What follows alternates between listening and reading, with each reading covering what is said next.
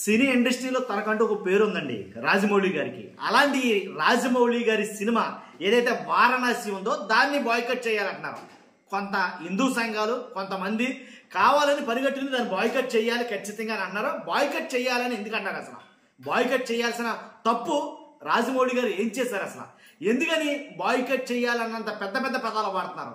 నిజంగా హిందూ సంఘాలు ఎందుకని అంతలా కోపం ప్రదర్శిస్తున్నాయి రాజమౌళి గారి మీద? దాని గురించి మాట్లాడబోతాం. ఫస్ట్ అయితే లైక్ చేయండి చెప్తాను. లైక్ చేస్తే నాకు మోటివేషన్ ఉంటుంది, ఈ ఇన్ఫర్మేషన్ ఎక్కువ మందికి షేర్ అవుతుంది. కొత్తగా మన ఛానల్ చూస్తే పక్కాగా సబ్స్క్రైబ్ చేయండి. మీ అమూల్యమైన అభిప్రాయాన్ని కామెంట్ రూపంలో తెలియజేయండి. 120 దేశాలు పైబడి ఈ సినిమా రిలీజ్ చేస్తున్నాడు ఎవరైతే జక్కన్ ఉన్నారో 120 దేశాలు దాటి.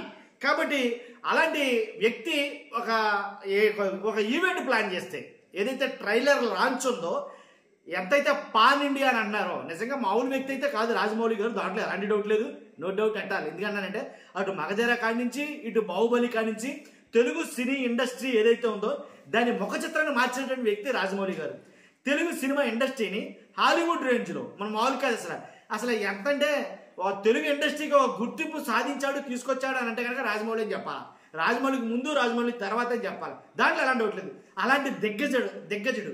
ఎందుకంటే అందు గురించేనేమో రాజమౌళి గారిని జక్కన్న అని పిలుస్తారు. కానీ ఏంటంటే చెక్కుతాడు, దాంట్లో ఎలాంటి డౌట్ లేదు. ప్రతి క్యారెక్టర్ని దగ్గరుండి మరిని.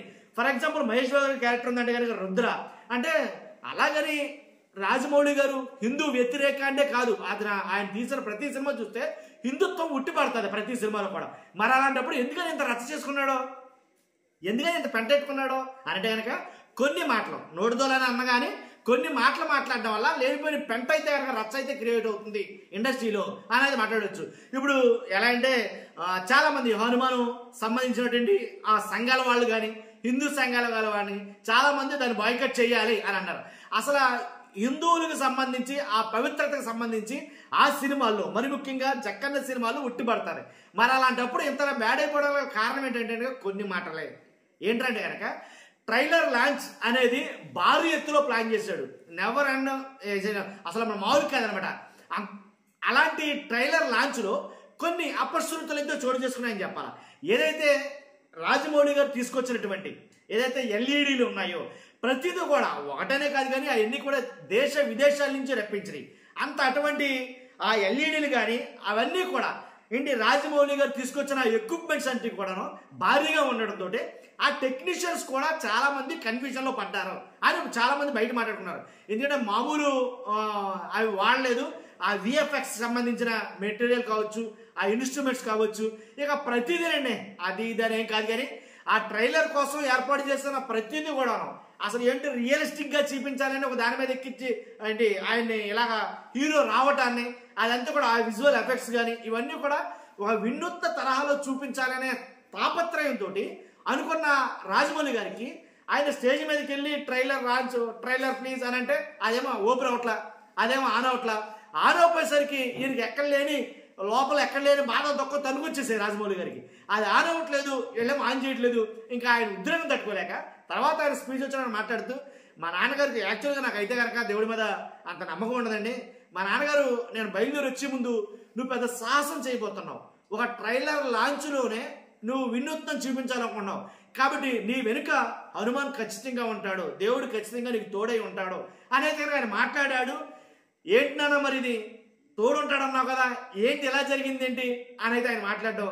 అసలు మా వైఫ్కి చాలా ఇష్టం అండి, హనుమాన్ భక్తురాలండి అని ఆయన మాట్లాడడం. కానీ ఎందుకో ఇలా జరిగింది అని మాట్లాడడం అంటే నాకు నమ్మకం లేదు, ఎక్కడున్నాడు దేవుడు అన్నట్టుగా మాట్లాడాడని తక్కువ చేసి మాట్లాడనే ఉద్దేశంతో చాలా మంది ఫైల్ అవుతున్నారు. అసలు ఆయన మాట్లాడిన ఆ కాంటెక్స్ట్ అసలు దీనికి సంబంధమే లేదు. ఆయన మాట్లాడిన సందర్భం వేరు. నేను ఎంకరేజ్ చేస్తానని కాదు, వాస్తవంగా అయితే కనుక కాదు, ఆ ఉద్దేశం వేరు. నన్ను అడిగితే మా మాట అరే ఏంటి మనమైనా అంటాం సహజంగా చాలా బాగా ప్లాన్ చేసుకున్నాడు, గ్రాండ్గా ప్లాన్ చేసాడు. మనం మామూలు కాదు, అసలు నా భూతో నా భవిష్యత్తు అన్నట్టు ప్లాన్ చేశాడు.